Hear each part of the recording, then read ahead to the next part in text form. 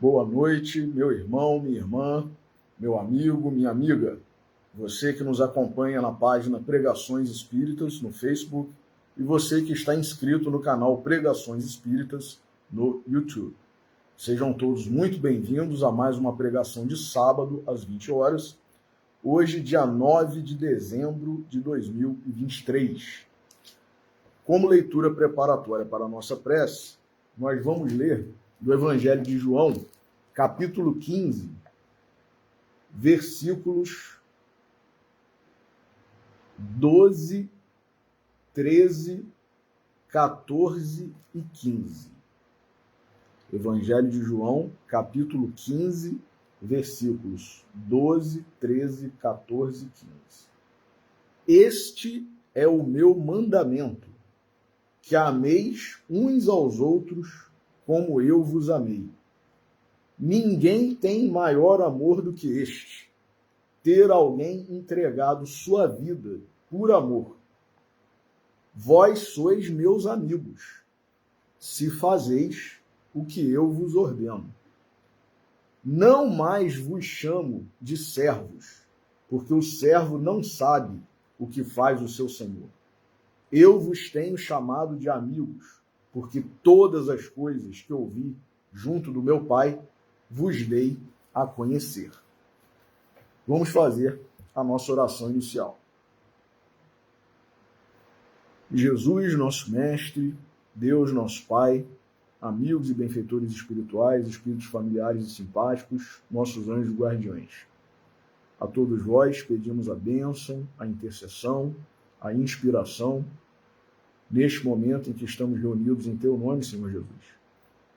Por ocasião do advento do Teu Natal, neste mês de dezembro, cujas reflexões já se iniciaram com a reflexão de sábado passado, de Glenda, em torno de Maria, Tua Santíssima Mãe, nossa Mãe, amiga, intercessora, e que permanecerá nessa atmosfera, nessa energia, nessa vibração, nesse amor que Tu já nos tem trazido desde a Tua vinda e até antes mesmo da Tua vinda, Senhor. Por ocasião do envio de vários emissários que vieram em Teu nome, como nós veremos hoje aqui em relação a um especificamente, e que muitos de nós, apesar de tudo isso, ainda hoje estamos do jeito que estamos, ainda cheios de pecado, ainda não praticando os Teus ensinamentos, e que nós possamos, Senhor, não somente na noite de hoje, não somente neste mês de dezembro do ano de 2023, mas todos os dias de nossas vidas, sempre e cada vez mais, atentar, refletir sobre o significado da Tua vinda, do Teu nascimento, do Teu amor, da Tua renúncia, Senhor, em prol de nós outros. Cada uma das ovelhas em relação às quais Tu nunca nos abandonará, como Tu mesmo disseste. Nenhuma das minhas ovelhas se perderá. Então, Senhor, que nós tenhamos condições de receber nos nossos corações, nas nossas mentes, da melhor forma possível, tudo que nos será trazido na noite de hoje, e antecipadamente gratos por mais esta bênção, por mais esta oportunidade. Pedimos permissão para iniciar a pregação de hoje. Que assim seja. Meus irmãos, Natal é nascimento de Jesus. E antes de nós adentrarmos o tema especificamente do qual trataremos hoje, eu vou fazer uma breve introdução no seguinte sentido. Todos sabem que eu sou advogado e nos países civilizados, nos países cujas leis são consideradas já, né, o ordenamento jurídico, as leis, as constituições, são considerados boas legislações avançadas, diante de tudo que nós já presenciamos, testemunhamos ao longo da história da humanidade, em todos os países, inclusive no nosso Brasil, se esse país, né, esses países são considerados civilizados e com uma legislação boa, repito.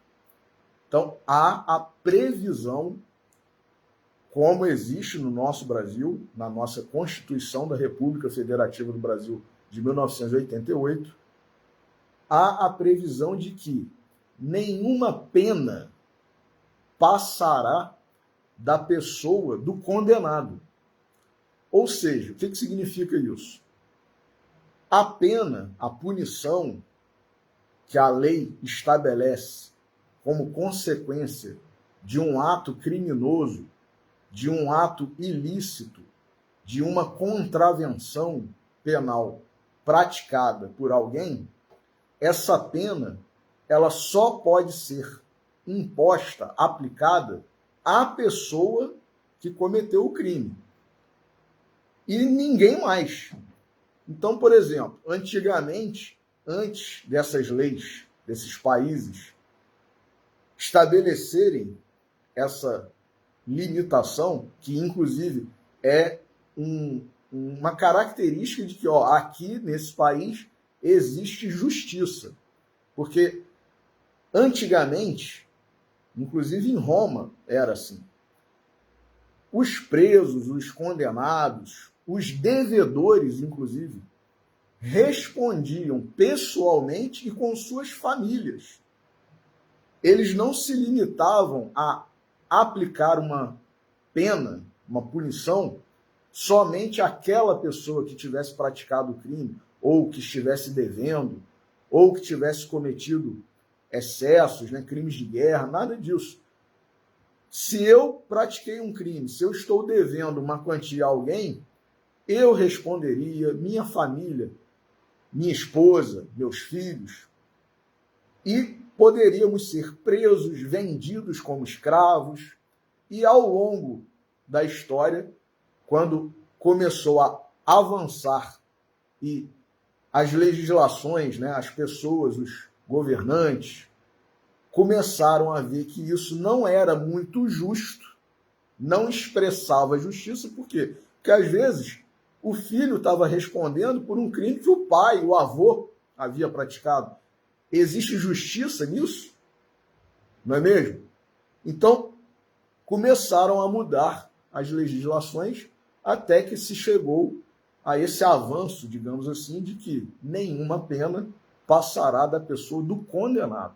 É lógico, né? Se há uma formação de quadrilha, né, uma associação criminosa entre pais e filhos, né, entre avô, filho, neto, a família inteira de criminosos, é lógico que cada um responderá na medida da sua responsabilidade, né, do seu envolvimento naquele crime. Existem, de fato, famílias, né, de criminosos, várias gerações. Agora, se a gente tem apenas uma pessoa que cometeu um crime, foi condenada, e mais ninguém da sua família, somente ela responderá. Somente ela terá a sua liberdade privada, né? Ou pagará a multa, né?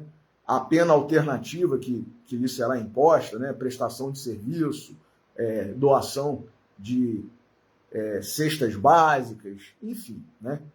Então, isso é considerado um avanço e a expressão da justiça, porque uma pessoa que não teve nada a ver, que é inocente, né, não cometeu crime algum, não pode responder, ter sua liberdade privada cerceada, ter seus bens, né, apreendidos, né, perdidos, tornados indisponíveis, né, ou até nos países, por exemplo, em que existe pena de morte, ser morta por causa de um crime que ela não cometeu. Quem cometeu foi seu pai, foi sua mãe, foi seu avô, sua avó, enfim, né? Então, por expressão da justiça, embora a justiça nossa do mundo esteja muito distante da justiça de Deus, mas achou-se, né, necessário e por bem estabelecer-se que nenhuma pena, repetindo, passará da pessoa do condenado.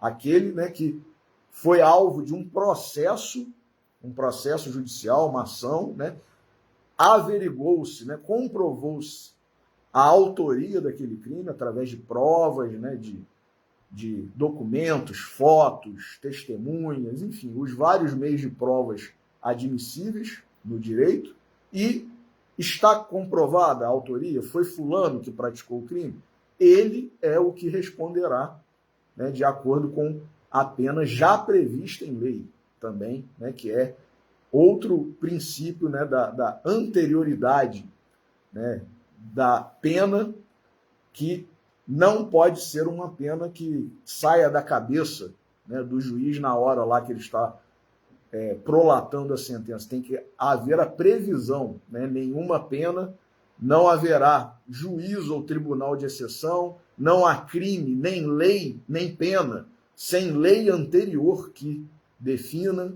Então, existe todo um cuidado, né, para não se incorrer justamente em quê? Em injustiças. Então, isso é a expressão da justiça humana, hoje, nos países considerados civilizados, com legislações avançadas e tudo mais. Então, nós, se víssemos, se presenciássemos, se testemunhássemos alguém respondendo por um crime que não cometeu, ou alguém respondendo por um crime que seu pai, sua mãe, seu irmão cometeu, mas não esse alguém, nós acharíamos que isso seria uma tremenda injustiça. É verdade ou não é? A pessoa está inocente, não tem nada a ver, ele é uma pessoa correta, honesta, cumpridora das suas obrigações. Porém, tem um irmão que é dado ao crime, né? É um criminoso, é uma pessoa que não segue as leis, é um fora da lei, né? E aí, por conta de crimes desse irmão, ou, por exemplo, desse pai ou dessa mãe, desse filho, ele responde, ele é preso, ele é, talvez, dependendo do país, sentenciado à morte. Nós acharíamos justo isso, meus irmãos? Não. Não é mesmo? Ninguém acharia que está a se concretizar a justiça numa situação dessa. Contudo, por que eu fiz essa introdução? Porque Jesus, simplesmente Jesus, veio ao mundo e pagou, sofreu, morreu na cruz por causa de nós. Por causa de nós outros, por causa dos nossos pecados, dos nossos crimes. Alguém poderia achar isso justo? Lógico que não. Porque muitas vezes, nós humanos, nós até, dependendo da situação, admitimos, né, dependendo da situação, que uma pessoa, num ato de extremo heroísmo, né, para salvar, talvez, a sua nação, o povo de uma determinada nação, de um determinado país, eu vou me entregar, por exemplo, nessa situação que nós estamos vivenciando aí, né, de Israel contra o Hamas, enfim, alguém chegasse e dissesse assim, eu vou me oferecer como refém, eu no lugar de todos os outros. Então, a pessoa pratica muitas vezes esse ato, né, de heroísmo e tal. Mas, essa pessoa, muitas vezes, teve que se submeter a uma votação, a uma decisão da maioria. E, lógico, ela não vai fazer aquilo, né, senão para beneficiar os seus. Não é verdade? Então, eu vou me entregar como refém para que todos os outros reféns sejam libertados.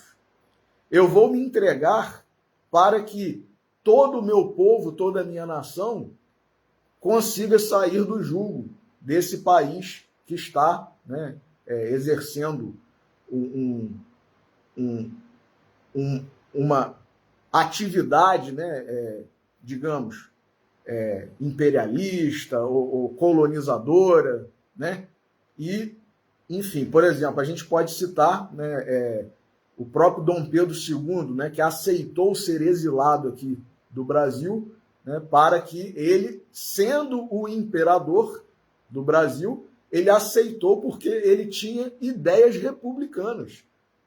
Ele era a favor da proclamação da República. Porém, né, os apressados a dizer, né, num nome só, né, Marechal Deodoro da Fonseca, apressadamente, não quis esperar que Dom Pedro tomasse as medidas necessárias e acabou ele mesmo dando uma espécie de golpe, né, o Marechal Deodoro da Fonseca, apressadamente, e colocou o Dom Pedro II de lado, né, passou por cima, ignorou, não esperou, não agiu de forma conjunta e ainda por cima, né, junto com os comparsas lá do Marechal Deodoro da Fonseca, eles resolveram convidar Dom Pedro II a se retirar do Brasil, né, quando não oferecia perigo nenhum. Mas, enfim, né, e ele, de bom grado, embora, lógico, né, triste, né, decepcionado, porque ele tinha um amor imenso pelo nosso Brasil, tanto que levou um punhado de terra, né, do nosso país com ele para Portugal, tamanho seu amor, né, pela nação brasileira, mas para evitar, né, maiores problemas, maiores desdobramentos, o amor dele era tão grande que ele aceitou essa, digamos, renúncia, né, de ter que sair, deixar, né, a função de imperador e sair do país que ele amava. Então existe isso. Agora, geralmente, como eu acabei de falar, isso é para beneficiar o grupo que a gente considera nosso, né? A nossa família, o nosso povo, a nossa nação. Jesus foi muito além disso, meus irmãos. Jesus veio, ele aceitou, né? Deus, primeiramente, né, designou essa imolação, esse sacrifício, né? Jesus concordou, aceitou, veio para o planeta Terra, né? E não veio somente para os judeus, para os de Israel, ele veio para todos. Nenhuma das minhas ovelhas se perderá. Nenhuma das minhas ovelhas. Então, hoje ainda, existem pessoas que não aceitam Jesus como Messias, como Salvador. E ele veio para essas pessoas também. Ele veio para mim, ele veio para você. Ele veio para todos nós. Independentemente de nós estarmos aceitando, de nós estarmos praticando. Ele disse, nós acabamos de ler na leitura introdutória, né?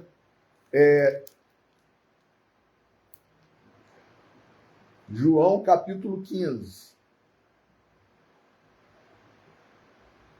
Vejamos novamente.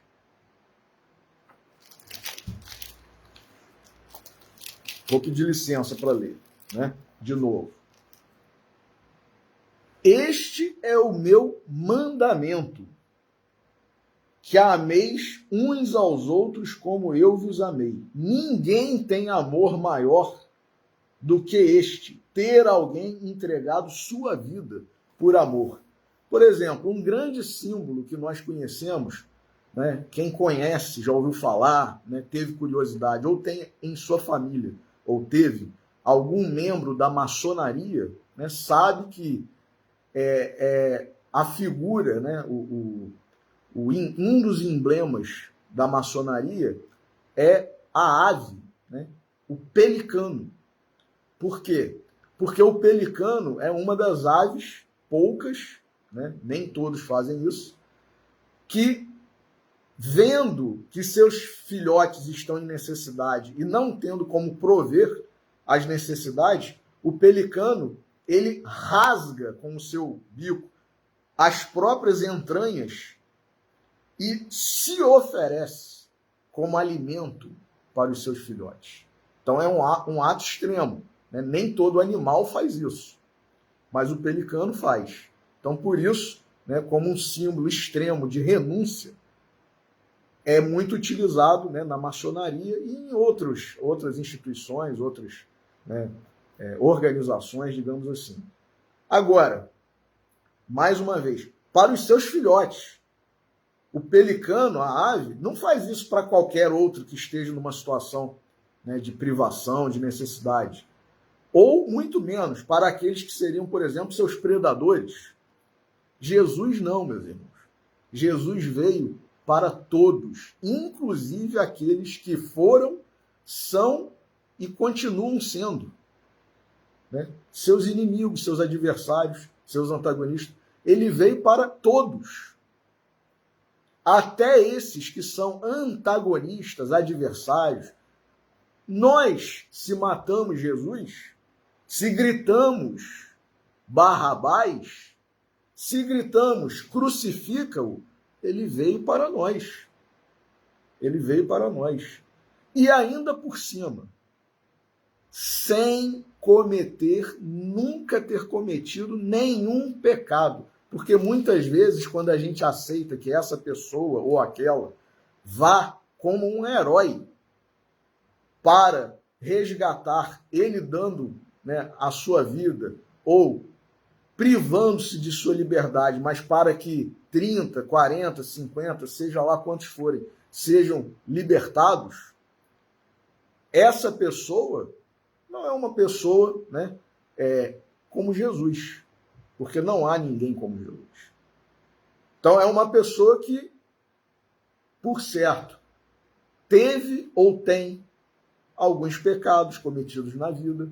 Daí porque Jesus deixou a lição quando aqueles homens conduziram a mulher supostamente apanhada em adultério. Por isso que Jesus deixou essa lição. Querendo apedrejá-la, né? Taxando de criminosa, adúltera, tudo de ruim, sendo aquela que merecia morrer, ser apedrejada. E nós muitas vezes apontamos o dedo para as pessoas, né? Jesus falou, aquele que tiver sem pecado, atire a primeira pedra. Então nós, na verdade, não somos santos. Nós não somos santos. Se nós fôssemos santos, nós não estaríamos mais aqui na Terra. Então, todos nós temos os nossos pecadinhos, os nossos pecados, os nossos pecadões, né? Mas temos. Ninguém é incólume. Ninguém é perfeito. Então, quando a gente, num ato de heroísmo, alguém se oferece, é mesmo assim, sabendo que tem lá os seus pecados, né? E na maioria das vezes, na grande maioria das vezes, para beneficiar os seus. A pessoa não vai se imolar, né, ou perder sua liberdade para beneficiar o adversário. Jesus veio para beneficiar os que ele considerou amigos, como está aqui, né, no trecho que nós vamos ler de novo, e também para beneficiar os seus adversários. Nenhuma das minhas ovelhas se perderá. Então eu vou ler de novo. Jesus disse, este é o meu mandamento, que ameis uns aos outros como eu vos amei. Ninguém tem maior amor do que este, ter alguém entregado sua vida por amor. O pai, a mãe, né, o avô, a avó, o irmão, muitas vezes, ou o filho, a filha, por excesso de amor, muitas vezes aceita, né, ou deseja estar no lugar daquele parente, daquele amado ou daquela amada, para poupar, né, a pessoa daquela situação difícil, muitas vezes. Eu prefiro perder a minha visão, mas eu dou as minhas córneas para que meu filho possa enxergar. Eu dou um rim, né, do par de rins que eu tenho. Eu dou, enfim, se pudesse doar o coração, doaria o coração para que o filho, a filha, ou, né, se o filho tem esse amor, porque geralmente o amor cresce quando a pessoa se torna pai e mãe, né? Aumenta a capacidade de amar. Avô e avó mais ainda, né? Agora, alguns espíritos é verdade, né, que têm esse amor bastante desenvolvido em relação aos seus pais, seus avós, né, a um ente familiar, ou a sua amada, sua esposa, ou ao seu esposo, né? Então, aceitaria doar, né, suas córneas. Mas você vai ficar cego, não tem problema. Se o meu filho vai continuar enxergando, eu vou doar as minhas córneas para ele. Doar o rim, né, um rim, né, do par de rins que nós temos. Se pudesse, doaria o coração, deixaria de viver, né? Mas geralmente o nosso amor é muito egoísta, é muito apegado. Então a gente quer o bem da pessoa, mas quer a pessoa perto da gente, né? Então a gente, por exemplo, tem dificuldade de lidar com distanciamentos. Um filho, uma filha, um irmão, uma irmã, um pai, uma mãe, só de ir para uma outra cidade, ir para um outro país, geralmente o que a gente faz? Poxa, não tem como você ficar aqui, né? A gente quer a pessoa perto da gente. Então, é amor? É, mas é aquele amor ainda imperfeito, egoísta, né? Muito apegado. Jesus, meus irmãos, saiu das maiores paragens celestiais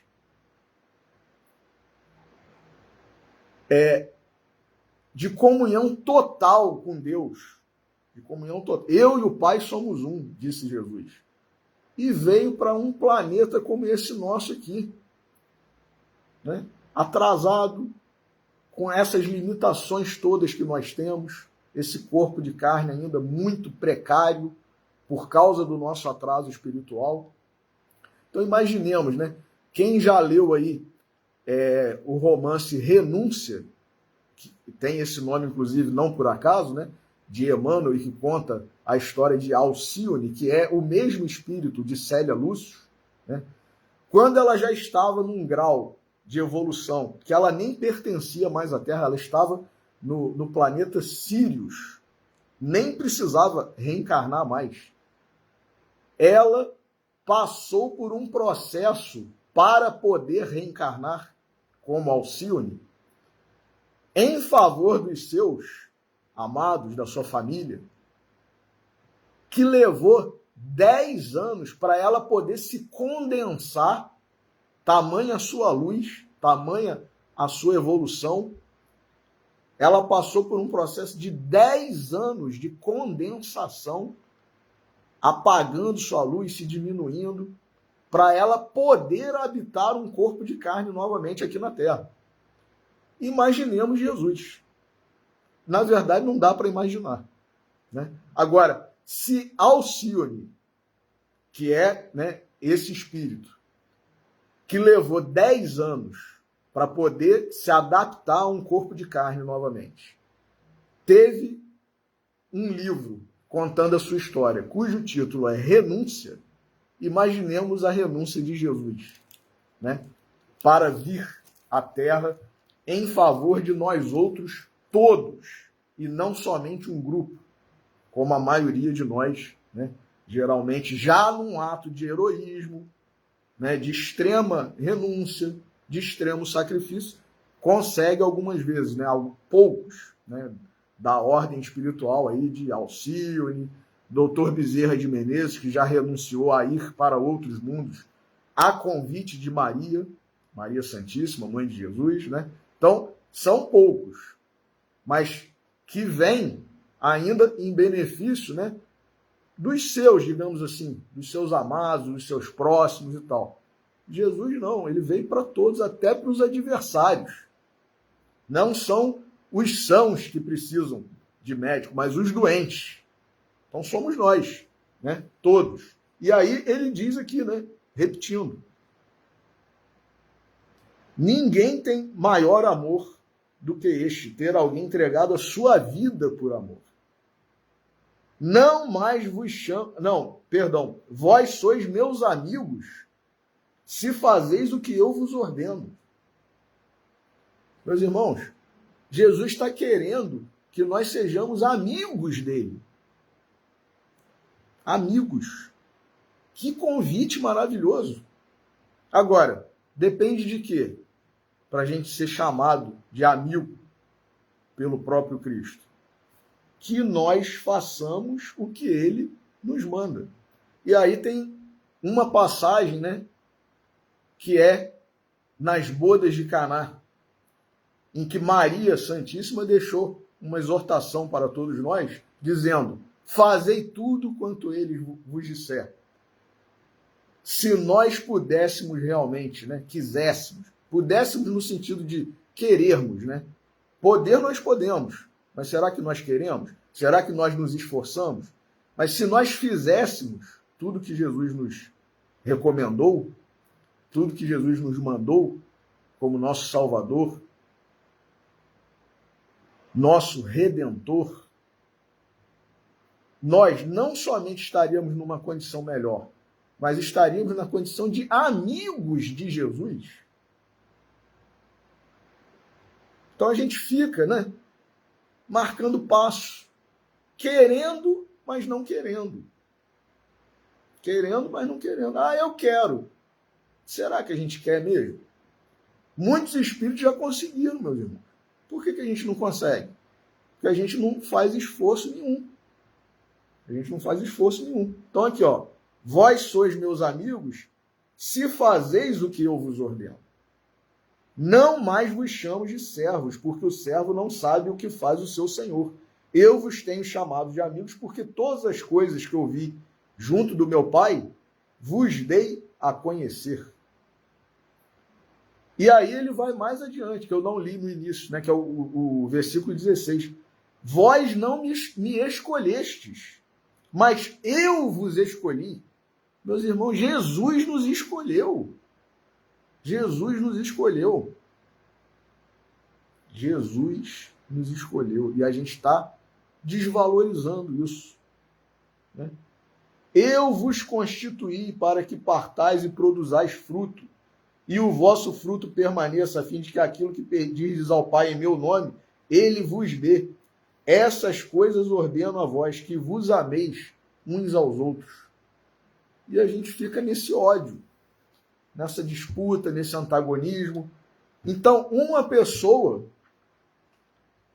conseguiu ser chamada de amigo, não somente de Jesus, amigo de Deus.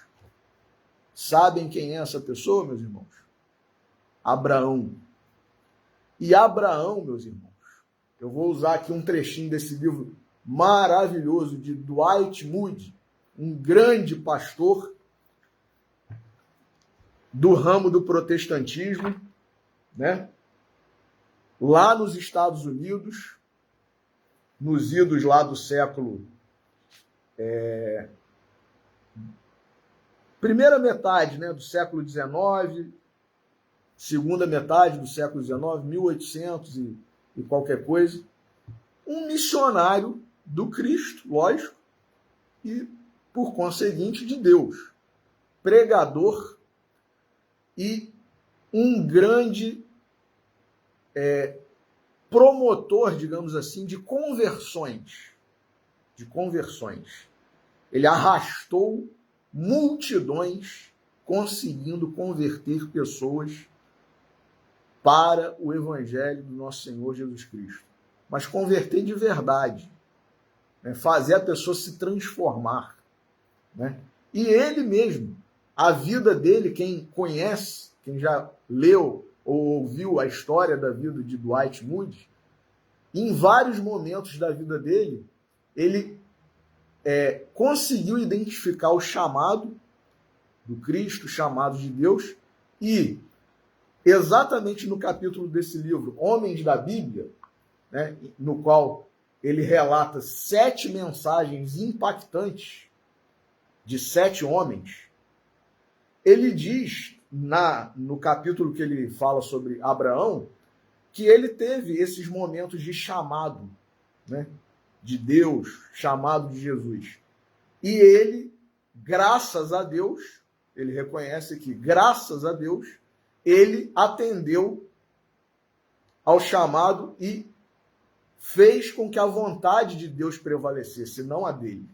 Então, ele teve que abandonar um negócio muito lucrativo, por exemplo, porque ele ouviu, né, ele percebeu que estava sendo necessário que ele saísse daquele lugar onde ele estava e fosse pregar, né, o evangelho pelos Estados Unidos todos. Posteriormente, além das fronteiras dos Estados Unidos. Ele foi à Inglaterra e outros países. Só que ele teve que fazer uma opção. Olha, se eu fizer isso, se eu começar a pregar o evangelho pelos Estados Unidos, eu vou ter que abandonar o meu negócio. Era um comércio, né, de botas, calçados, né? E tem a ver também com a época da guerra lá de recessão lá dos Estados Unidos e tal. Enfim, são opções que a gente tem que fazer, são escolhas, né? E ele optou, né, porque ele entendeu que era um chamado de Deus. Então, são renúncias que nós temos que fazer muitas vezes e que nós, a grande maioria de nós, não está preparada, na verdade, para fazer, né? Porque demanda, né, uma fé, um amor, uma confiança, uma entrega que é de poucos, né? A maioria de nós outros ainda prefere, né, servir a Mamon e não a Deus. Só que Abraão, meus irmãos, Abraão teve vários momentos da sua vida em que ele teve que fazer essas escolhas. Só que ele teve um momento que foi, como Dwight Moody coloca aqui nesse capítulo maravilhoso desse livro, que eu recomendo, inclusive, né, que é esse Homens da Bíblia, 7 mensagens impactantes de Dwight Moody. Ele relata aqui no capítulo em que ele aborda Abraão, justamente o título do capítulo é As 4 Renúncias de Abraão. E aí, eu não vou falar das 3 anteriores, mas a última, que ele acha, né, Dwight Moody, com certeza, né, foi a maior de todas, a mais importante, a mais impactante, a mais emblemática e que é a mais conhecida também por nós outros cristãos, né, que é a questão do sacrifício de Isaac. Abraão tinha uma idade avançada já. Ele já tinha ouvido diversas promessas de Deus, né, do Senhor.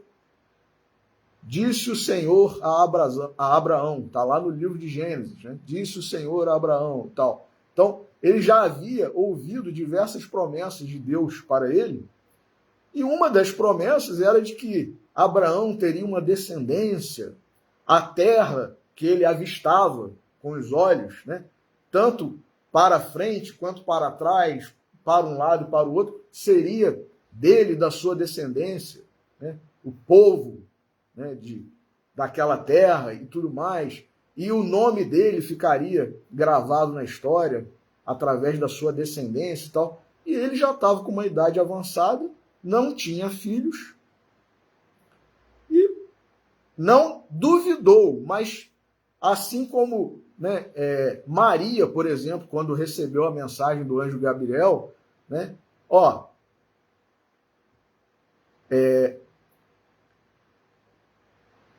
salve agraciada, eis que vos trago novas de grande alegria, né? Tu conceberás e darás à luz um filho, e porás o nome nele de Emmanuel, né, ou Jesus, né, e isto será obra do... não, aí ela perguntou, mas como é que eu posso, né, engravidar, né? Eu estou falando com a nossa linguagem de hoje no português, né? Mas como é que eu posso engravidar? Ela estava noiva de José. E nesse período do noivado lá, podia-se coabitar, mas muitas moças, né, muitas mulheres novas e tal, ainda não coabitavam, porque era um período ali para o noivo conseguir construir ou adquirir a sua casinha, né, estabelecer todas as coisas. Então, José e Maria estavam nesse momento. Né? Glenda já falou no sábado passado, de forma, né, maravilhosa, emocionante, né, sobre Maria. E Maria estava nesse período ali. Então ela falou, não duvidando, mas querendo entender, né? Eu ainda não coabito com José. Nós já estamos comprometidos, compromissados e tal, mas a gente ainda não está na segunda fase, né? Que é de coabitação e tal, né? E aí de relação de homem e mulher, né? Casado. Então o anjo falou, isso se dará por obra do Espírito Santo. E Maria não duvidou, meus irmãos. Maria não duvidou. A gente duvida, né? Quando a gente acha que alguma coisa é impossível. E aí, o anjo ainda acrescentou, né? E este é já o 6º mês para a tua prima Isabel, aquela que era considerada estéril. Porque para Deus nada é impossível. Então Maria não duvidou, ela só quis entender como que aquilo se daria, uma vez que ela era, né, noiva de José, mas não coabitava, nunca tinha se relacionado com José, nada disso. Então o anjo explicou para ela, vai ser obra do Espírito Santo, é obra de Deus. E ela aceitou. E o anjo ainda disse, para dar uma confirmação, digamos assim, né?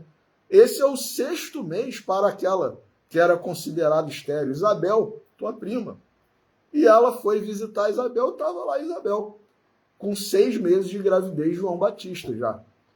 Então, Abraão, ele não duvidou também, né, como Zacarias, por exemplo, marido de Isabel, pai de João Batista. Ele duvidou.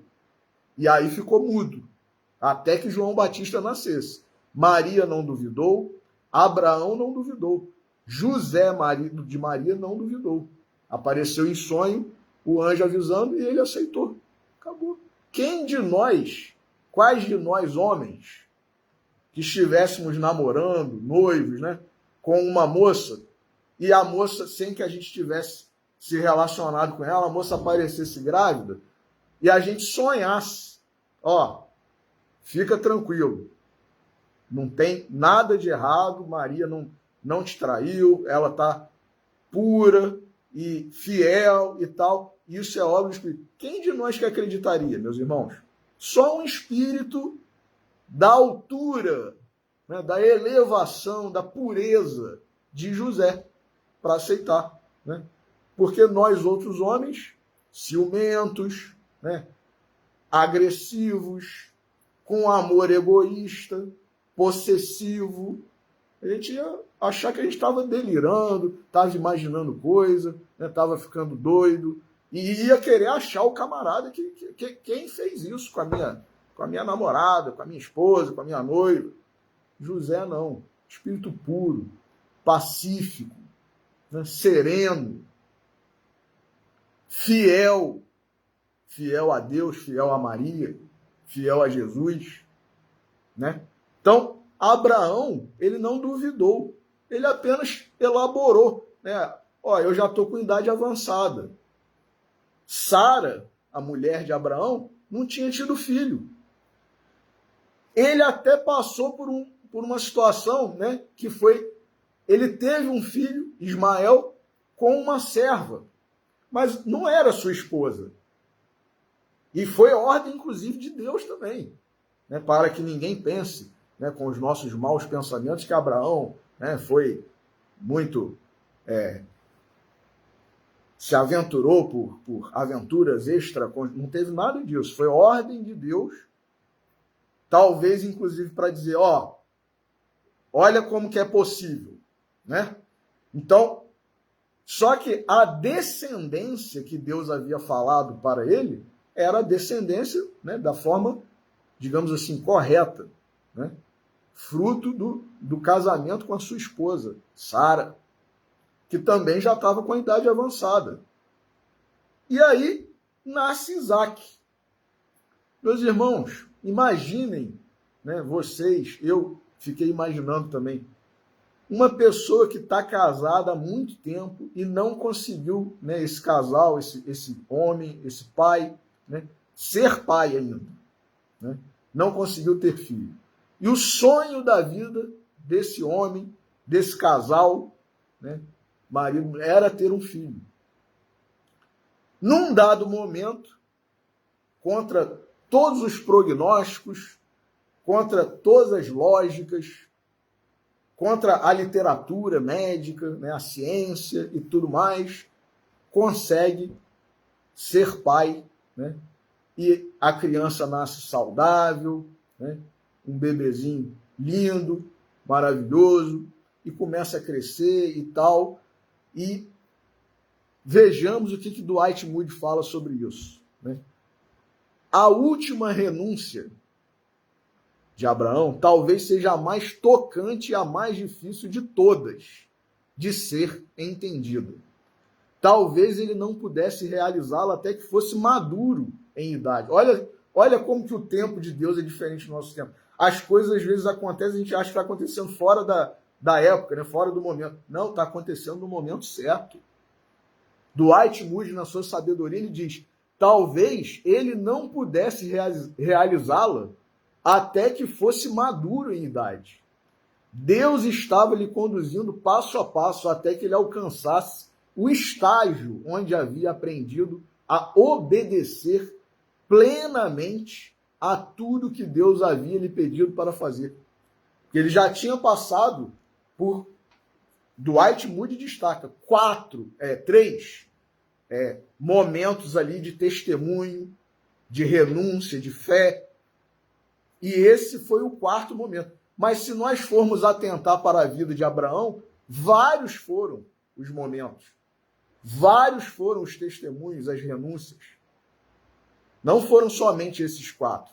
Houve menores, né? Testemunhos, renúncias menores. Mas esses foram os mais impactantes, digamos assim, os mais emblemáticos. Né? Então, diz Dwight Moody aqui, acredito que o mundo ainda precisa ver o que Deus irá fazer com o homem que se renuncia por completo. Aí é que está, né? A gente renuncia a gente mesmo por completo. Né? Abraão foi talvez o homem que mais se aproximou do padrão do próprio Filho de Deus por 25 anos.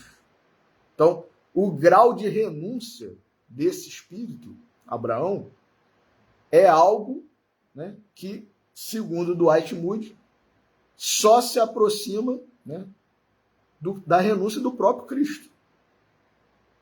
Então,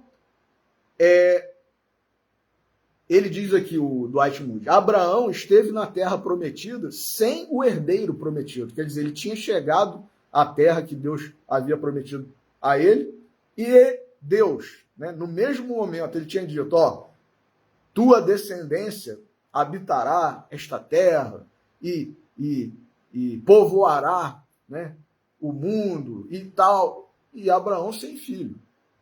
Então, quer dizer, será que Deus não vai cumprir a promessa? Isso é questionamento que eu e você fazemos. Nós, Abraão não. Ele permaneceu, né? E Deus havia lhe prometido que ele, Deus, abençoaria todas as nações da terra através dele.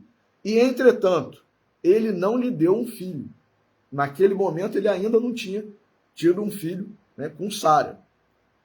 A fé de Abraão, olha só, Dwight Moody diz, quase cambaleou por um determinado número de vezes, mas não cambaleou. Não cambaleou. Ismael nasceu, mas Deus colocou de lado o filho da serva, pois ele não seria o ancestral do filho de Deus. Porque Jesus, né, seguindo a linhagem lá de José, Davi e tudo mais, né, ele pode-se dizer que, embora, né, nós saibamos que foi obra do Espírito Santo, mas ele é considerado, né, sempre foi, como descendente de Davi. Por isso que José teve que ir lá para Belém para fazer, né, o recenseamento, né, o censo e tal. E aí aconteceu aquela história toda que a gente conhece, né? Mas porque José era descendente de Davi, que é descendente de Abraão. Então, vejamos, meus irmãos, olha como que Deus, ele age, às vezes, com antecedência, apesar de parecer que para a gente está atrasado, né? Ih, está demorando demais. Não, tá com antecedência, está antes do que a gente pudesse imaginar, né? Sabe-se lá quantos anos antes de Jesus vir, Deus já estava agindo para que Jesus viesse, né? Tudo certinho. Deus estava separando Abraão simplesmente para que ele pudesse preparar o caminho para o seu próprio filho com maiúsculo. E agora, finalmente, um mensageiro desce do céu até Hebrom e diz a Abraão, em sua idade avançada, que ele teria um filho. Parecia bom demais para ser verdade, diz Dwight Moody. Ele teve dificuldades em acreditar na promessa, mas no tempo determinado, Isaac nasceu naquela família. Não acredito que tenha nascido uma criança que tenha trazido tanta alegria para o lar quanto ao coração de Abraão. Como Abraão e aquela mãe idosa, Sara, devem ter amado aquela criança. Como os olhos dos pais devem ter se deleitado com a visão daquele filho. Mas bem quando o jovem estava crescendo e atingindo a fase adulta, Abraão recebeu outra ordem, bastante estranha, e houve outra renúncia, seu único filho. Talvez ele estivesse tornando aquele filho em um ídolo. Isso são conjecturas, lógico, né, reflexões de Dwight Moody, mas trazendo para a nossa realidade, né, de seres humanos, né? Talvez ele estivesse tornando aquele filho em um ídolo. Abraão, aquele único filho tão desejado, tão planejado, tão querido, e que somente na sua velhice foi, né, realizado, concretizado. Dwight Moody fala, será que Abraão não estava transformando aquela criança num ídolo? A gente não tem hoje, meus irmãos, pais que exibem seus filhos como troféus, né? Em vez de estarem ali cuidando, educando, evangelizando, estão exibindo as crianças como troféus, né?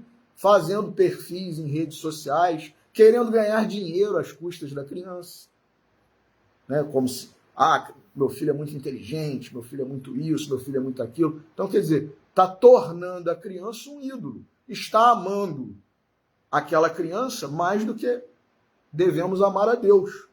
Porque o mandamento é amar a Deus sobre todas as coisas, né?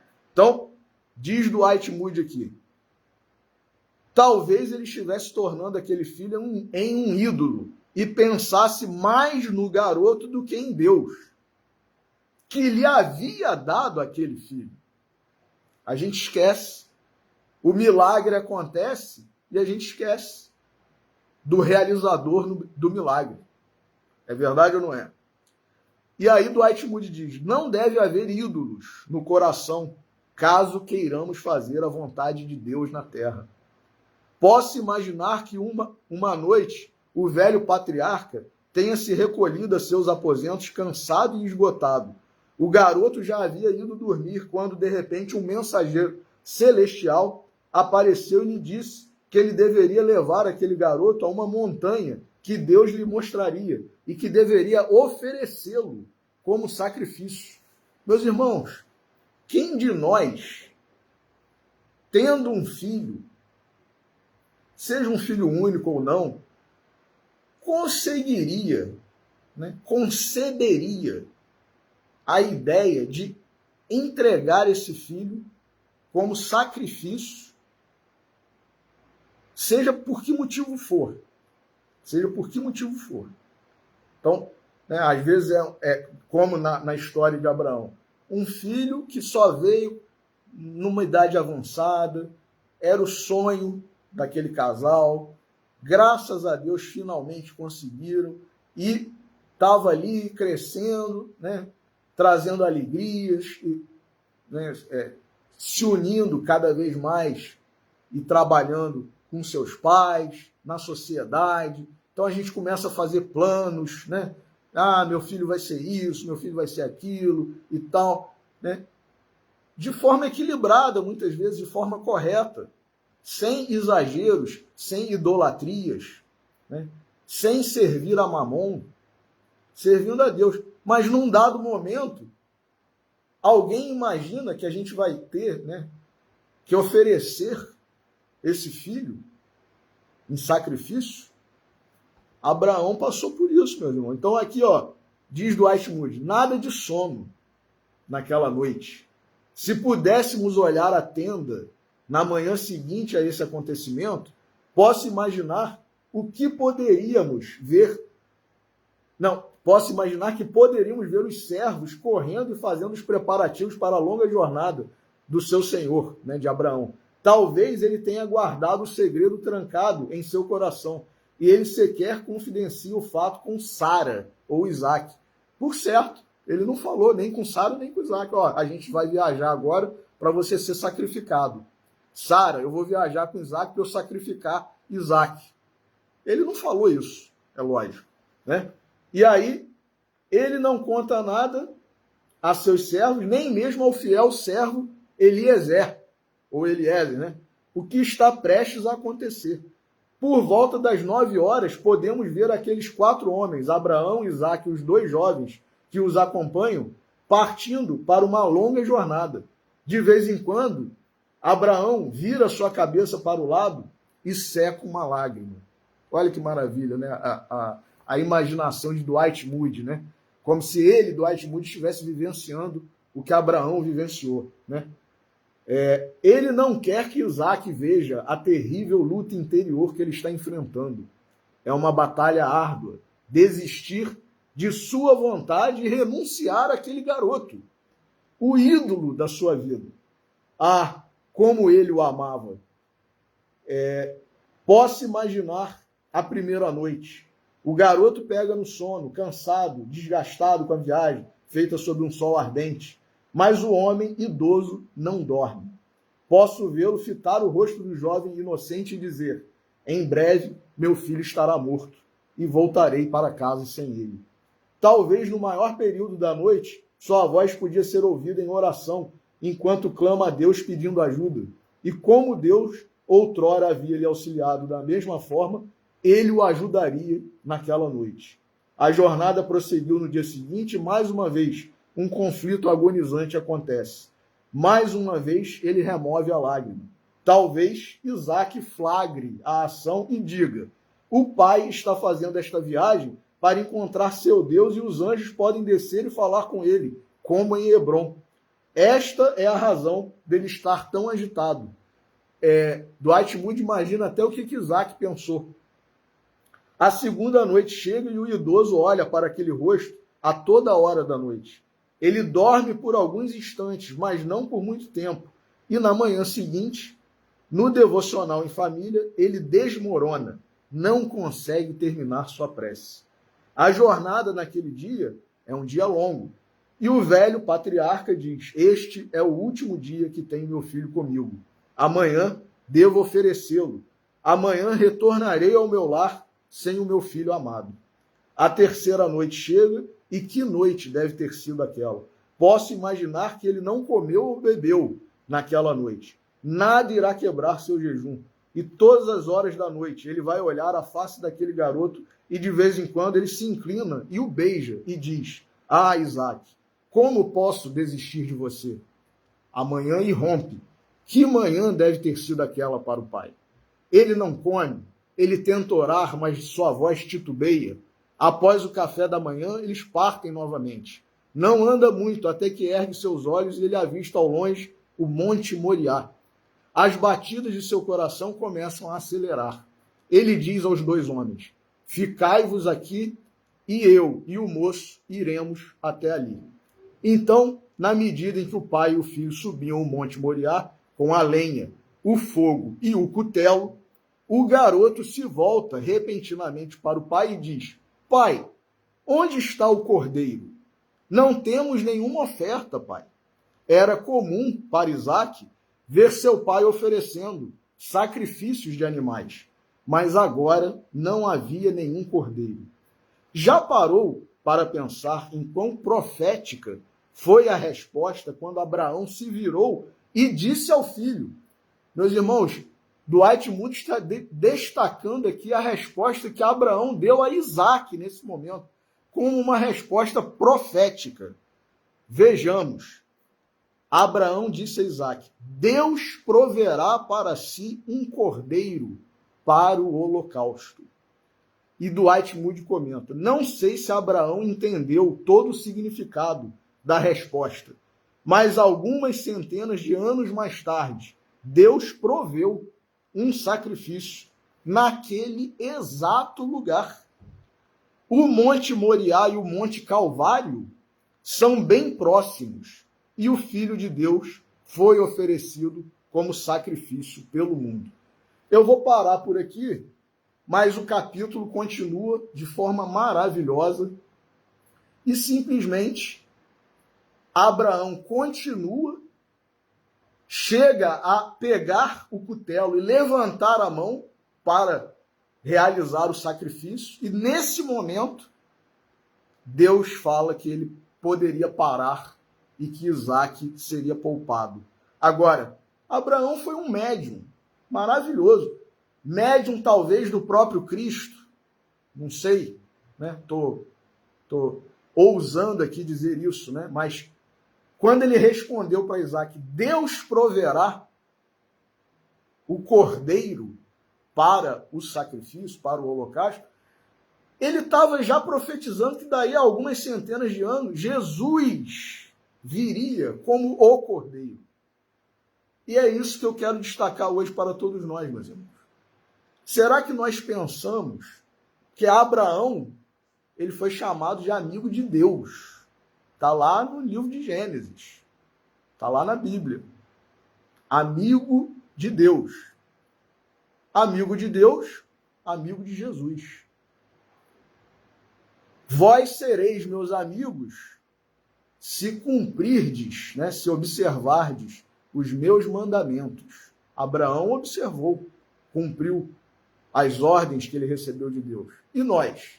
Nós temos cumprido as ordens, as exortações, os mandamentos de Deus e de Jesus? Nós temos sido amigos de Jesus, meus irmãos? E Jesus nasceu, o Natal de Jesus é exatamente para isso. Jesus se sacrificou por amor a nós. Então, hoje, né, embora a gente ainda tenha mais 2 reflexões nesse mês de dezembro sobre o Natal, mas hoje eu quero deixar para todos nós aqui, para mim e para você que está nos assistindo.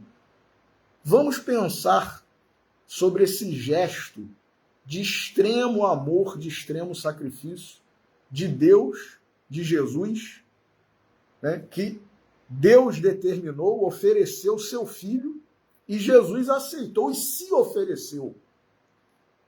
E nós estamos aqui, né, nos dizendo cristãos, sem cumprir os mandamentos do Cristo, não sendo amigos do Cristo, muitas vezes sendo inimigos dele, né? Então que a gente possa celebrar nesse Natal, em todos os natais de todos os anos, e em todos os dias das nossas vidas, essa renúncia, esse amor extremo, né? Porque somente um amigo de verdade, um amigo divino, dá a sua vida pelos seus amigos. E não mais chama de servos, mas de amigos, porque nos dá a conhecer tudo que recebeu do seu Pai. Então, que fica essa reflexão para nós outros, né? Considerando também esse exemplo maravilhoso de Abraão, que nós possamos refletir também sobre ele, a sua vida, e nos esforcemos sempre cada vez mais para honrarmos o nosso Senhor Jesus Cristo e o nosso Pai, nosso Criador, nosso Deus. Que Deus nos abençoe. Muito obrigado pela atenção de vocês. Um ótimo final de sábado, um domingo maravilhoso, uma semana de paz e de muito trabalho e esforço. Boa noite a todos.